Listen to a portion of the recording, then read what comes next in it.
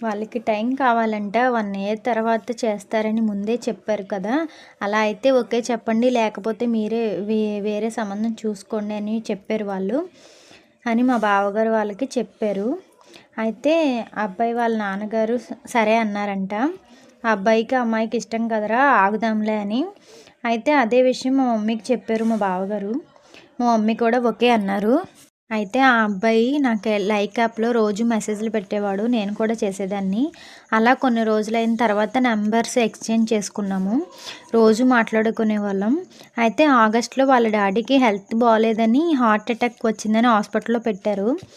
వాళ్ళ డాడీకి బాలేదు కదా అని తొందరగా మ్యారేజ్ చేసేయండి. మా డాడీ పరిస్థితి బాలేదు. నా పెళ్లి చూడాలని మా డాడీకి కోరిక అని మా ఆయన మా మమ్మీతో చెప్పారు. ఇంక మా మమ్మీ సరే అమ్మా మీ డాడీ హాస్పిటల్ నుంచి ఇంటికి వచ్చాక ఆలోచిద్దాం అని చెప్పారు.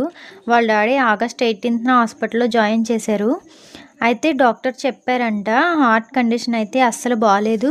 కానీ ప్రస్తుతానికి పర్వాలేదు అని. అయితే 21న చెప్పారనమాట ఇవన్నీ. రేపు డిశ్చార్జ్ చేసేస్తాం అని. అయితే 22nd మార్నింగ్ వాళ్ళ డాడీ చనిపోయారు. ఇంకంతే నా ఆశలన్నీ అడియాసలైపోయాయి. నాకు ఎలాగో తండ్రి లేరు. పెళ్ళైతే మా మావయ్య గారిలో అయినా తండ్రిని చూసుకుందాం అనుకున్నా. కానీ అవ్వలేదు. చాలా బాధగా అనిపించింది.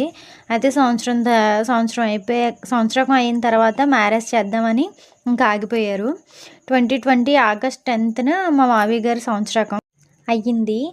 ఆగస్ట్ 14న మా ఎంగేజ్మెంట్ చేశారు. అయితే ఎంగేజ్మెంట్ అయ్యాక అబ్బాయి వాళ్ళ ఇంటికి ఇల్లు చూపు భోజనాలకు వెళ్తారు కదా! అప్పుడు పెళ్లి ముహూర్తాలు చూసినప్పుడు పంతులు గారు అక్టోబర్ 29న ముహూర్తం వచ్చిందని చెప్పారు. కోయిన్సిడెన్స్ ఏంటంటే మా మావయ్య గారి బర్త్డే ఆ రోజే అంట. ఇంకా మా ఆయన ఆ రోజే ఫిక్స్ చేయమని చెప్పారు. అయితే అక్టోబర్ 29న మాకు మ్యారేజ్ అయింది.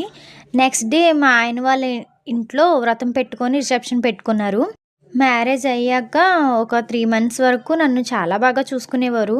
ఇంకా అప్పటి నుంచి చిన్న చిన్న గొడవలు స్టార్ట్ అయ్యాయి మా ఆయనకి నాకు. అయితే నేను మా అత్తగారికి చెప్పా, అత్తయ్య మీ అబ్బాయి ఇలా చేస్తున్నాడు అని మా ఇద్దరికి మధ్య జరిగిన గొడవలు చెప్పాను. అయితే మా ఆయన లేనప్పుడు ఆవిడ నాతో అంది, నేను చెప్తాను వాడు ఎందుకు ఇలా చేస్తున్నాడో అసలు అడుగుతా అని అన్నారు. కానీ మా ఆయన వచ్చాక మాటలు మార్చేసింది ఆవిడ. నన్ను తిడుతుంది, ఇప్పుడు వాడు చేసింది తప్పేంటి అని. అయితే నేను అన్నా, అదేంటి తప్పు కాదంటారు, నాదే తప్పు అన్నట్టు మాట్లాడతారు ఏంటి అని అడిగితే అసలు వాడు చేసింది తప్పే కాదంటుంది. ఇంక నాకు అర్థమైపోయింది.